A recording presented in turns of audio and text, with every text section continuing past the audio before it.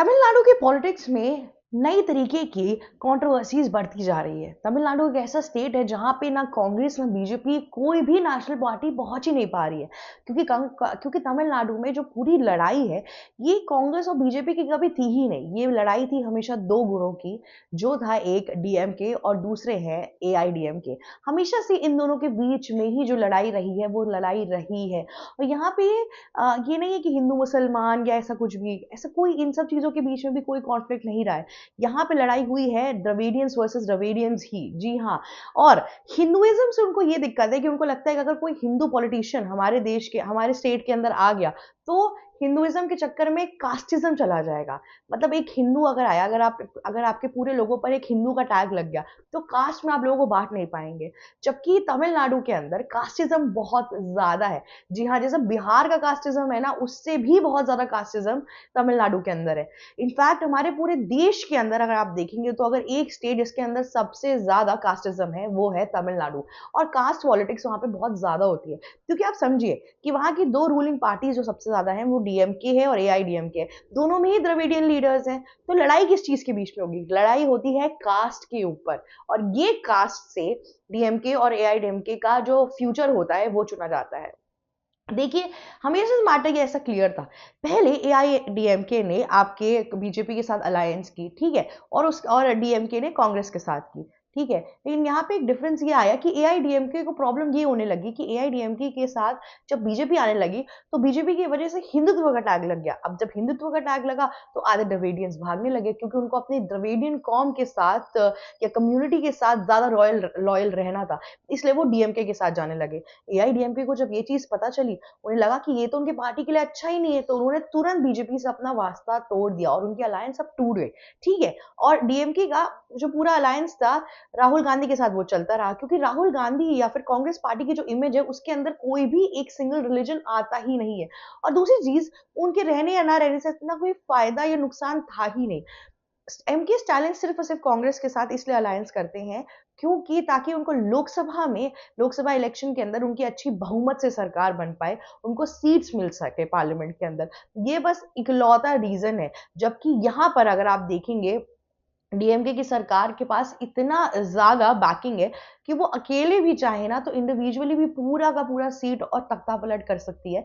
इतना ज्यादा पावर है एमके स्टालिन के ऊपर। एमके स्टालिन अगर आप देखेंगे कांग्रेस के बहुत डीएमके के बहुत ही पुराने और वरिष्ठ नेता हैं। और उनके जो बेटे हैं उदयनिधि स्टालिन, उनकी भी पॉपुलैरिटी उतनी ही ज्यादा है। हालांकि ये लोग कोर कट्टरवादी है, हिंदुत्व के खिलाफ बात करते हैं। इनका ये कहना है कि हिंदुत्व लोगों को बांटता है। और दूसरी चीज ये भी ये कहते हैं, एमके स्टालिन के जो बेटे हैं उदयनिधि स्टालिन, उनका ये भी एक स्टेटमेंट हमेशा सामने आता है। वो हमेशा कहते हैं कि देखिए, मैं कुछ भी किसी भी रिलीजन में कन्वर्ट कर लूंगा पर हिंदुइज्म में अपने आप को कभी भी कन्वर्ट नहीं करूंगा। ऐसे ऐसे स्टेटमेंट्स वो बार बार लेकर आते हैं। मैं आपको बता दूं कि तमिलनाडु के अंदर अगर आप ध्यान से देखेंगे तो कट्टरवादिता इतनी ज्यादा है कि वहां पर जो हिंदी सॉन्ग्स है उनको हटा दिया गया है, हिंदी होर्डिंग्स को हटा दिया गया है, हिंदी इन सब चीजों के लिए एक पूरी बिल पास की गई थी। अब वो एग्जीक्यूट हुआ नहीं हुआ वो अपनी जगह की चीज है, पर ऐसी सोच भी लेकर आना, क्योंकि वो हिंदी को हिंदुइज्म से जोड़ रहे थे।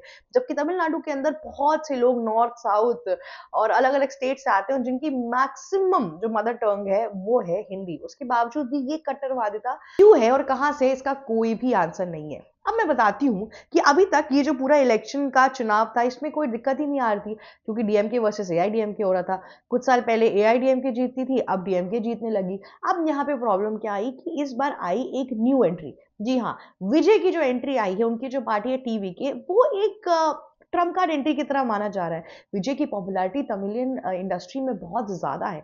जी हाँ, तमिल फिल्म इंडस्ट्री के वो सुपरस्टार है। लेकिन यहाँ पर एक और प्रॉब्लम भी आ रही है। यहाँ पे लोगों के अंदर एक क्वेश्चन मार्क है कि टीवीके कुछ कर पाएगी कि नहीं कर पाएगी। क्योंकि देखिए, तमिलनाडु के अंदर एक्टर्स के लिए क्रेज तो बहुत ज्यादा है, पर जितने भी पॉलिटिशियंस, मैक्सिमम जितने भी पॉलिटिक्स में उतरे हैं, एक्टर से पॉलिटिशियन बने हैं, वो लोगों की पार्टी सक्सेसफुल नहीं ही हुई है। देखिए, एक जयललिता बहुत प्योर एग्जाम्पल है, लेकिन उनके पीछे करुणानिधि की बहुत बड़ी बैकिंग थी और वो एक्ट्रेस के बाद से इकलौता एग्जाम्पल है ढंग से जो सीएम बन पाई, इतने सालों तक उन्होंने बहुत सक्सेसफुल पॉलिटिशियन रही। लेकिन आप दूसरी जगह देखिए, कमल हसन ने अपनी पार्टी लॉन्च की। कमल हसन का भी नाम है, सिर्फ तमिल इंडस्ट्री में नहीं है, पूरे विश्व में उनका नाम बहुत ज्यादा है। उसके बावजूद भी उनकी पार्टी बहुत ही बुरी तरीके से हारी। रवि, सुपरस्टार रवि ने भी तमिलियन क्या कहते हैं पॉलिटिक्स में अपना नाम दिया था, लेकिन वहां पर कुछ खासा वो जीत ही नहीं पाए। और थोड़ा उन्होंने बेटर परफॉर्म किया, पर इतना अच्छा नहीं परफॉर्म किया। उनको लगा कि जितनी उनकी पॉपुलैरिटी है फिल्मों में, क्या पता उनके सारे फॉलोअर्स इस टाइम उनको वोट करने भी आएंगे। पर तमिलनाडु की पॉलिटिक्स बहुत हद तक क्लियर है कि पॉलिटिशियन अपनी जगह है, एक्टर्स अपनी जगह है। सेम वहां के जो बहुत बड़े सुपरस्टार हैं, पूरे देश के बहुत बड़े सुपरस्टार हैं, रजनीकांत, उन्होंने भी सेम चीज की। उन्होंने भी अपनी पार्टी लॉन्च करने का सोचा था, सब कुछ तय हो गया था, लेकिन एंड मोमेंट पर आके उन्होंने बैक ऑफ कर लिया। इसका सबसे बड़ा रीजन ये बताया जा रहा है कि उन्होंने कमल हसन की जो हार थी वो देख ली, और उनको उनका जो सुपरस्टार एटीट्यूड था या ईगो था, वो उस चीज को सोच नहीं पा रहा था, वो रिस्क नहीं ले पा रहा था।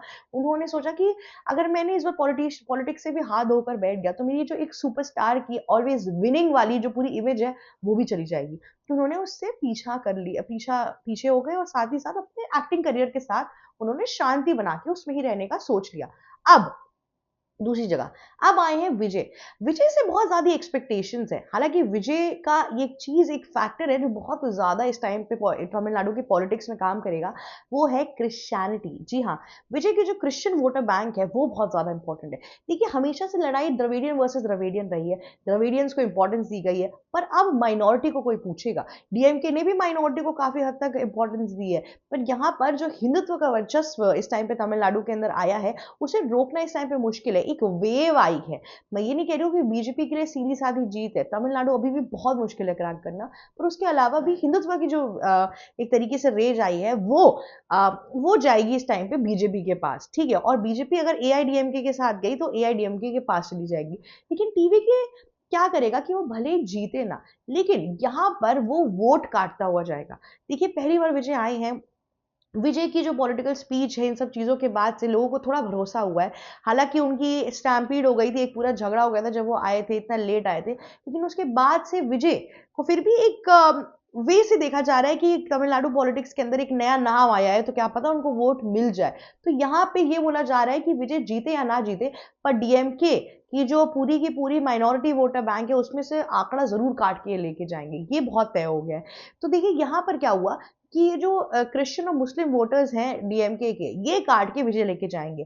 अगर 30% आपके यहाँ पे डीएमके को मिलते हैं, तो कम से कम 10 से 15% वो विजय के पास चले जाएंगे, टीवीके के पास। लेकिन अब यहाँ पे बात ये है कि एक्चुअल में विजय इस टाइम पे पार्टी में अलायंस करेंगे किसके साथ, कांग्रेस या बीजेपी? देखिए, ज्यादा डिफरेंस नहीं आएगा। अगर ये बीजेपी के साथ करेंगे तो बीजेपी को बहुत फायदा होगा, क्योंकि और विजय को भी होगा, क्योंकि आप एक चीज समझिए, विजय माइनॉरिटी वोटर बैंक लेकर आएंगे, और आपकी बीजेपी लेकर आएगी क्या, यहाँ पर हिंदुओं का वोटर बैंक, ठीक है। अब इसके साथ इन्होंने अगर एआईडीएमके भी जोड़ लिया ना, तो सोचिए आप, एक सीधा सा अमाउंट सोचिए, फिर द्रविडियन भी आ जाएंगे। तो एक पार्टी जिसमें होलसम लीडर्स हैं, सबको प्रायोरिटी दी जा रही है, तो मैक्सिमम वोट उसके पास चले जाएंगे। और यहाँ पे डीएमके की जो सरकार है वो एकदम बहुत ही आसानी से नीचे चली जाएगी। लेकिन ऐसा होगा नहीं, क्योंकि एआईडीएमके को जो बीजेपी की इमेज से और उनके दिमाग में जो डर बैठा है ना, वो पता नहीं क्यों बैठा है। क्योंकि मैं आपको बताऊं, पिछली बार का जो लोकसभा इलेक्शन था, उसके अंदर एआईडीएमके ने बीजेपी के साथ अलायंस नहीं की, पर बीजेपी सिंगल हैंडेडली इंडिविजुअली बहुत सीट लेकर गई और एआईडीएमके से ज्यादा लेके चली गई। तो आप समझ रहे हैं कि वो अपनी रीजनल पार्टी का जो उनकी इंपॉर्टेंस है, वर्चस्व है, वो खो चुकी है। और उनको डर लगने लगा है कि अगर बीजेपी का मैंने सहारा लिया तो मेरे पे हिंदुत्व का टैग लगेगा ही लगेगा, और ऊपर से लोग मुझे बुजदिल भी बोलेंगे कि पार्टी के अंदर इतनी बात ही नहीं रहेगी, इसीलिए बीजेपी का सहारा ले रहे हैं। और इंडिया अलायंस तो वैसे भी अगर आप देखेंगे इस टाइम पे पूरे इंडिया के अंदर बहुत ज्यादा मजबूत होती जा रही है, होती जा रही है। तो ये जो डर है, ये जो इमेज कॉन्शियस है यहाँ पर क्या कहते हैं आपके एआईडीएमके के लीडर्स, वो बहुत ज्यादा इंपॉर्टेंट रह रहा है इस टाइम पे। अब दूसरी जगह आप ये देखिए कि कांग्रेस की बात करते हो। अब कांग्रेस अगर विजय के साथ गए तो ठीक है, उनको माइनॉरिटी वोटर बैंक और मिल जाएगा, लेकिन विजय को इससे कोई फायदा नहीं होगा, क्योंकि विजय को फिर भी द्रविडियन का वोट आएगा ही नहीं आएगा। तो किसी ऐसे को विजय को लेना पड़ेगा जिससे द्रविडियन वोटर बैंक आए। और कांग्रेस का क्या है कि कांग्रेस अब सिर्फ डीएमके का एक तरीके का साइडलाइन पार्टनर बन चुकी है, क्योंकि वो कांग्रेस वहां पे मोहताज रह रही है एमके स्टालिन की, कि अगर वो ढंग से परफॉर्म करेंगे तो हम जीत जाएंगे इलेक्शन, उनका मन करेगा तो हम इतनी सीट दे देंगे, वरना अपनी सीट नहीं देंगे, वो पूरी तरीके से आश्रित हो चुकी है। क्योंकि अगर आप देखिए कि डीएमके को आज सच कोई फ़ायदा ही नहीं है कांग्रेस में रहने का। लेकिन अगर कांग्रेस रही भी तो जो है बहुत हद तक चांसेस है कि डीएमके हार भी सकती है, क्योंकि जो कांग्रेस की अगर आप ये सारे इलेक्शन के अंदर इमेज देखेंगे तो वो एकदम डाउन हो चुकी है। बिहार इलेक्शन, वेस्ट बंगाल इलेक्शन,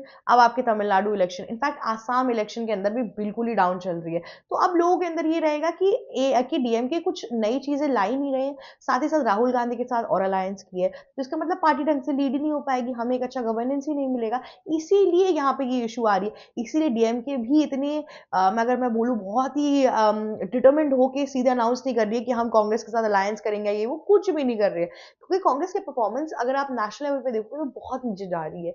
लेकिन बस उसको इस बात का दर्जा मिल जाता है कि वो सेकेंड लार्जेस्ट नेशनल पार्टी है, पर इससे कोई डिफरेंस नहीं बन रहा है, और यही सब चीजों के चक्कर में लोग अभी क्वेश्चनेबल स्टेट पर आ गए। अब देखना ये है कि इसके आगे क्या और कैसे चीजें होती हैं।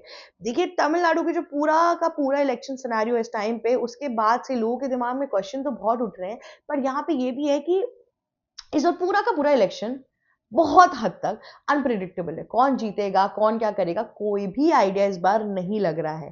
देखते हैं कि इसके आगे क्या होगा। आज के लिए बस इतना ही। अगर आपको ये वीडियो अच्छी लगी तो हमें प्लीज लाइक, शेयर, सब्सक्राइब और कमेंट करना मत भूलिएगा। जाते जाते बेल आइकन भी हिट कर दीजिएगा। Thank you so much for watching us. ABC Hindi news, आज ही जुड़िए हर खबर के साथ।